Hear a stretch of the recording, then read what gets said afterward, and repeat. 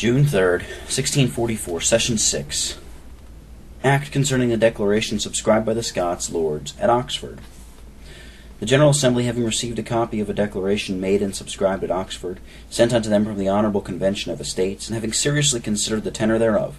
doth find the same to be a perfidious band and unnatural confederacy, to bring this Kirk and kingdom to confusion, and to be full of blasphemies against the late solemn league and covenant of the three kingdoms, of vile aspersions of treason, rebellion, and sedition, most falsely and impudently imputed to the estates and the most faithful and loyal subjects of these kingdoms, seeing it is incumbent to the Assembly to take notice thereof and stop the course of these malicious intentions in so far as concerns them. Declare that the subscribers of this or the like declaration or bond, or any that have been accessory to the framing, or that has been or shall be accessory to the execution thereof, deserve the highest censure of the Kirk, and therefore gives power to the commissioners of this assembly, appointed for the public affairs, to proceed against them to the sentence of excommunication, unless they make humble confession of their offense publicly, in such manner and in such places as the commission shall prescribe, or otherwise to refer the trial and censure of such delinquents to presbyteries or synods as they shall think convenient. And when the sentence of excommunication shall be pronounced, discharge as presbyteries or synods to relax any from the sentence, without the advice of the General Assembly, or their commissioners, nisi in extremis. In respect of the atrocity of this fact, the Assembly, in all humility, do seriously recommend to the Right Honourable the Estates of Parliament to take such course as the person that shall be found guilty may be exemplarily punished, according to the merit of so unnatural and impious an offence, and that some public note of ignominy be put upon the declaration and bond itself, if their honours shall think it meet. June 3rd, 1644. Act against secret disaffection to the covenant.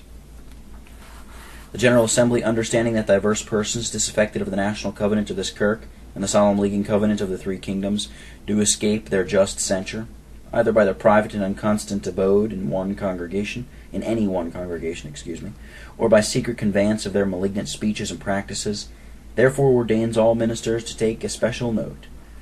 when any such person shall come within their parishes, and as soon as they shall know the same, that without delay they warn them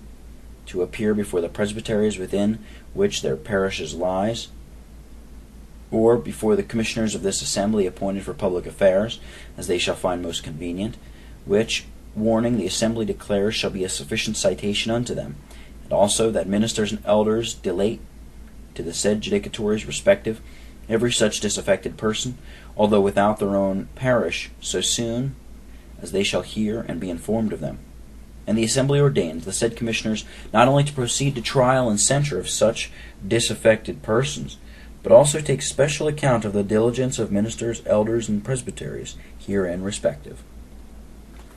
A solemn and seasonable warning to the noblemen, barons, gentlemen, burghs, ministers, and commons of Scotland, as also to our armies without and within this kingdom. 1645. The cause of God in this kingdom, both in the beginning and progress of it, hath been carried through much craft and mighty opposition of enemies, and through other perplexities and dangers,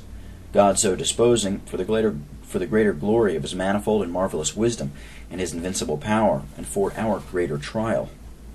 These dangers, both from without and from within, together with the remedies thereof, have been from time to time represented and held forth in the many public supplications of this Kirk and kingdom to the king, and in their many declarations, remonstrances, letters, acts, and other public intimations, particularly by a necessary warning published by the commissioners of the General Assembly in January 1643, and by the remonstrance of the same commissioners to the Convention of Estates in July thereafter, concerning the dangers of rebellion and remedies of these dangers, which warning and remonstrance at that time had, by the blessing of God, very good and comfortable effects. And now the General Assembly itself, being by a special providence and upon extraordinary occasions called together, while God is writing bitter things against this land in great letters, which he that runs may read, and knowing that we cannot be answerable to God, nor our own consciences, nor the expectations of others, it is from this chief watchtower we should give no seasonable warning to the city of God, while we think of these things. For Zion's sake we will not hold our peace, and for Jerusalem's sake we will not rest, trusting that God will give, though not to all, yet to many, a seeing eye, a hearing ear, and an understanding heart. For who is wise, and he shall understand these things? Prudent, and he shall know them. For the ways of the Lord are right, and the just shall walk in them. But the transgressors shall fall therein, and the wicked shall do wickedly, and none of the wicked shall understand. That which we principally intend is to hold forth, so far as the Lord gives us light, how this nation ought to be affected with the present mercies and judgments, what use is to be made of the Lord's dealings, and what is required of a people so dealt with. Had we been timely awakened and taken warning either from the exemplary judgment of other nations, or by God's threatenings, by the malice of his servants amongst ourselves, or from our own former visitations, and namely the sword threatened and drawn against us, both at home and from abroad, but at that time through the forbearance of God put up in the sheath again, we might have prevented the miseries under which we now groan. But the cup of trembling before taken out of our hands is again come about to us, that we may drink deeper of it. And although, when these bloody monsters, the Irish rebels, together with some degenerate, unnatural, and perfidious countrymen of our own, did first lift up their heads and enter this kingdom in a hostile way, it was looked upon as a light matter, and the great judgment which has since appeared in it not apprehended. Yet now we are made more sensible that they are the rod of God's wrath and the staff in their hand, which hath stricken us these 3 times in his indignation. He hath showed his people hard things, and made us to drink the wine of astonishment. Take we notice, therefore, of the hand that smiteth us. For affliction cometh not forth of the dust, neither doth trouble spring out of the ground. There is no evil in the city nor the country which the Lord hath not done. He it is that formeth the light and createth darkness, who maketh peace and createth evil. He it is that giveth charge to the sword, so that it cannot be still. He it is that hath his other arrows ready upon the string to shoot at us, the pestilence and famine. In the next place, let us apply our hearts to know and to search and to seek out wisdom and reason of things, and to understand the language of this present judgment and God's meaning in it. For though the Almighty giveth not an account of any of his matters, and hath his ways in the sea, and his path in the deep waters, which cannot be traced, yet he is pleased by the light of his word and spirit, by the voice of our own consciences, by that which is written and engraved upon our judgment, as with the point of a diamond and a pen of iron, to make known in some measure his meaning upon his servants. God hath spoken once, yea twice, yet man perceiveth not. Therefore hath he made his rod to speak aloud the 3rd time, that we may hear the voice of the rod, and who hath appointed it. That which the rod pointeth at is not any guilt of rebellion or disloyalty in us, as the sons of Belial do slander and belay the solemn league and covenant of the 3 kingdoms, which we are so far from repenting of, that we cannot remember or mention without great joy and thankfulness to God, as that which hath drawn many blessings after it, and unto which God hath given manifold and evident testimonies. But no sooner was the covenant begun to be taken in England, but sensibly the condition of affairs there was changed to the better. And though a little before the enemy was coming in like a flood, yet as soon as the Spirit of the Lord did lift up the standard against him, from that day forward the waters of their deluge did decrease. And for our part, our forces sent into that kingdom in pursuance of that covenant have been so mercifully and manifestly assisted and blessed from heaven, though in the midst of many dangers and distresses and much want and hardship, and have been so far instrumental in the foiling and scattering of 2 principal armies, first the Marquis of Newcastle's army, and afterwards Prince Rupert's and his together, and to the reducing of 2 strong cities, York and Newcastle, that we have what to answer the enemy that reproacheth us concerning that business, and that which may make iniquity herself stop her mouth.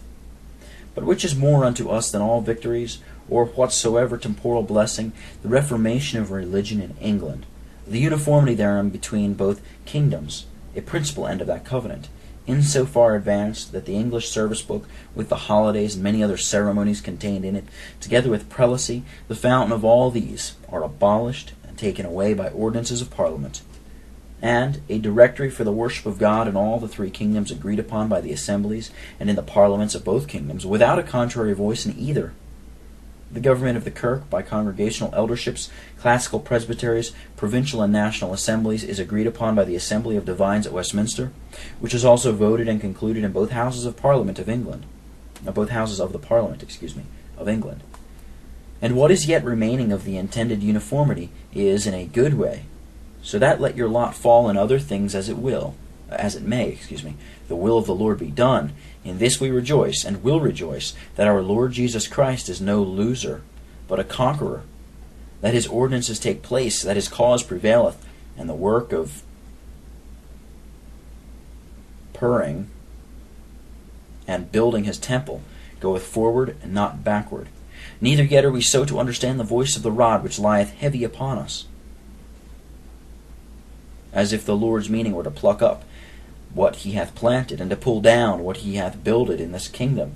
to have no pleasure in us, to remove our candlestick, and to take his kingdom from us. Nay, before that our God cast us off, and the glory depart from Israel. Let him rather consume us by the sword and famine and the pestilence, so that he will but keep his own great name from reproach and blasphemy, and own us as his people in covenant with him.